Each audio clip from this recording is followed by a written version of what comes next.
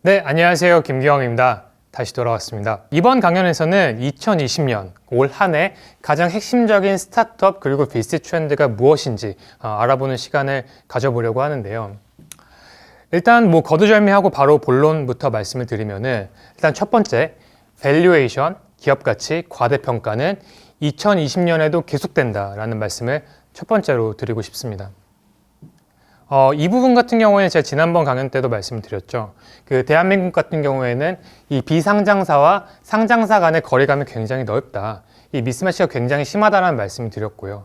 그렇기 때문에 대한민국의 스타트업 같은 경우는 상당히 기업 가치가 과대평가되어 있다라는 말씀을 드린 바 있습니다. 근데 하지만 그럼에도 불구하고 올 한 해에도 이런 기조가 이어질 거라고 보고 있는데요. 그 이유는 굉장히 명확합니다. 시장에 돈이 많습니다. 그러니까 정부가 써야 되는 돈도 많고요. 정부가 집행해야 되는 돈도 많고요. VC가 투자할 수 있는 돈도 많기 때문에 당분간은 이런 기조가 이어질 수밖에 없다라는 메시지를 첫 번째로 드리고 싶습니다. 그리고 두 번째인데요. 두 번째는 바이오 관련 스타트업 그리고 ICT 서비스의 강세가 이어질 것이다라는 메시지를 드리고 싶어요. 이 자료 같은 경우에는 이제 벤처캐피탈 협회에서 준비해 준 자료인데요. 보시면 아시겠지만 대부분의 섹터가 하향 곡선을 보인다든지 혹은 유지하는 기조를 보이고 있는데 ICT 서비스나 바이오나 유통 쪽은 굉장히 빠르게, 가파르게 2배, 3배 이상 성장하는 걸 볼 수가 있어요. 특히 이제 바이오 같은 경우에는 2015년 대비 거의 3배가량 성장을 했는데요. 근데 저는 이제 이런 성장세를 보이는 이유를 크게 세 가지로 생각을 하고 있습니다. 일단 첫 번째는 이 바이오 쪽이 VC 투자, 모험 자본의 투자가 굉장히 성격이 잘 맞는다라고 생각을 하고 있습니다. 그러니까 저희가 VC 투자를 생각을 해보면 그런 거잖아요. 그러니까 모험 자본이고 굉장히 리스크는 크지만 한번 잘 되면 잭팟이 터지는 이런 성격을 보이고 있는데요. 이제 그런 성격이 아무래도 바이오 관련 스타트업이나 의료 관련 스타트업과 상당히 핏이 잘 맞는 거 아닌가라는 생각을 하고 있고요. 그 두 번째, 세 번째는 아마 여러분들도 잘 아시는 내용이겠지만 일단 노령화되는 인구가 굉장히 빠르게 증가를 하고 있고 또 이제 국내에 있는 바이오 업체들이나 의료 기술 업체들이 생각보다 기술이 굉장히 좋습니다. 그러니까 펀더멘탈이 상당히 탄탄한 편이고요. 그렇기 때문에 이런 복합적인 요소들이 뭉쳐져서 바이오 관련 투자, ICT 관련 투자가 지속적으로 이루어지지 않겠냐라는 전망을 해보고 싶습니다. 그리고 세 번째 메시지인데요. 결국은 기승전 데이터다라는 메시지를 드리고 싶어요. 요즘에 저희가 언론 자료를 보면은 AI 시대다, 인공지능의 시대다 이런 얘기를 많이 하시는데요. 저는 제 개인적인 생각으로는 그건 적절치 않다라고 생각을 하고 있고요. 좀 더 정확하게 표현을 하자면은 저희는 지금 데이터의 시대에 살고 있다라는 표현이 조금 더 적합한 것 같습니다. 그리고 구체적으로 말씀을 드리면 데이터를 기반으로 해서 만드는 인공지능, 그리고 블록체인 기술들, 또 데이터를 활용해서 나오는 AR, VR 서비스들, 자율주행차 등등이 현재 저희 산업을 리드하고 있다고 생각을 하고 있고요.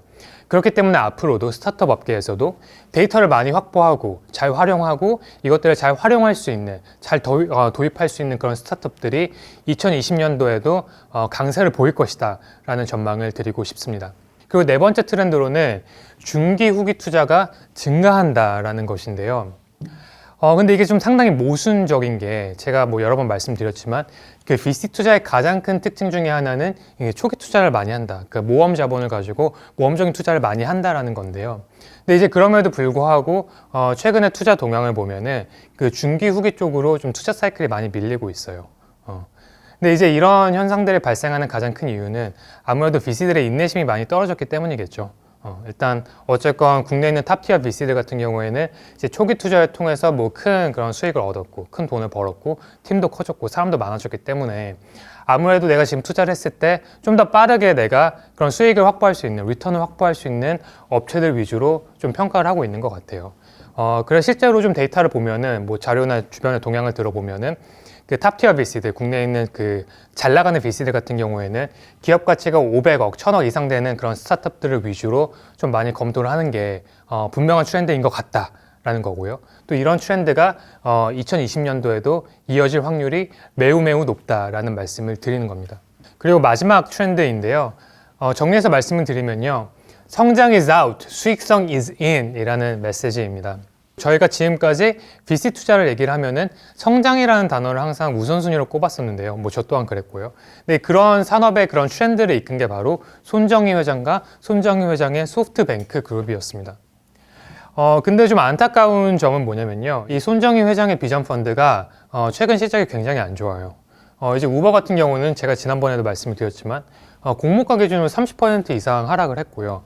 위워크 같은 경우에는 IPO 실패를 하면서 거의 기업 가치가 반토막이 났어요. 근데 이러다 보니까 성장 위주의 드라이브를 걸었던 손정희 회장이 흔들리다 보니까 전 세계적으로 이제 질문이 생긴 거죠. 성장 위주가 맞냐? 우리 수익성도 봐야 되는 거 아니냐라는 질문을 하기 시작을 한 거고요. 근데 이제 이런 트렌드가 글로벌 그런 투자 그런 에코시스템뿐만 아니라 한국 쪽으로도 넘어오는 트렌드가 명확하게 보이고 있다. 그러니까 심사역들이 이제 단순히 성장성만 보는 게 아니라 그 회사의 수익성, 그러니까 나중에 수익을 낼 수 있는 그런 역량이 있는지까지 같이 검토하는 단계까지 왔다라고 봐주시면 될 것 같습니다. 자, 그럼 제가 지금까지 설명드린 내용들을 다시 한번 정리를 하면요. 일단 첫 번째, 밸류에이션 과대평가는 계속된다. 그리고 바이오 앤 ICT 서비스의 강세가 이어질 것이고 결국은 기승전 데이터이다. 그리고 대한민국의 중기 후기 투자가 증가할 것이며 profitability is in, 그러니까 수익성이 중요한 투자 검토가 더 많이 이루어질 것이다 라는 메시지를 드렸습니다. 그리고 끝으로 제가 좀 재밌는 자료들을 준비를 해봤는데요. 요약해서 말씀을 드리면은 저희는 굉장히 비상식적인 세상에 살고 있다. 예를 들면 축구 선수 호나우두 같은 경우에는 인스타그램으로 축구보다 돈을 더 많이 벌고 있고요. 세계에서 유튜브를 통해서 돈을 제일 많이 버는 친구는 8살짜리 꼬마 친구이고, 또 글로벌 유니콘인 위워크 같은 경우에는 47조 원의 기업 가치를 논하다가 이제 존폐를 논하는 단계까지 하락을 한 거예요. 그리고 실리콘밸리를 리드하는 탑티어 VC 중에 하나인 안드리슨 호로이스 같은 경우에는 본인들이 이제 더 이상 VC가 아니다. 우리는 업태를 바꾸겠다라고 얘기를 할 만큼 이 스타트업 그리고 VC라는 업계 자체가 굉장히 빠르게 변하는 산업입니다. 그렇기 때문에 제가 뭐 여러분들께 트렌드를 예측하고 뭐 전망을 해드리는 게 좀 조심스럽긴 한데요. 근데 그럼에도 불구하고 저희가 세상을 좀 더 올바르게 바라보기 위해서는 저희만의 프레임이 명확하게 필요하고요. 그렇기 때문에 이번 강연이 여러분들이 그런 프레임을 잡는데 조금이나마 도움이 되었으면 좋겠다라는 메시지를 끝으로 드리면서 이번 강연 마무리하도록 하겠습니다. 김기영의 스타트업과 디지털 기술 트렌드였습니다. 감사합니다.